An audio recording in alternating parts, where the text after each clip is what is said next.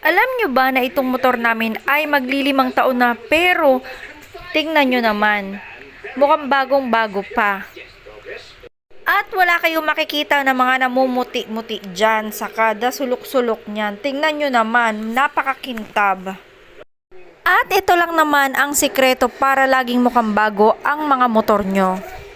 Ito lang naman yon, si VS1 ang lalaban para laging mukhang bago ang inyong mga motor at napakakintab talaga niya.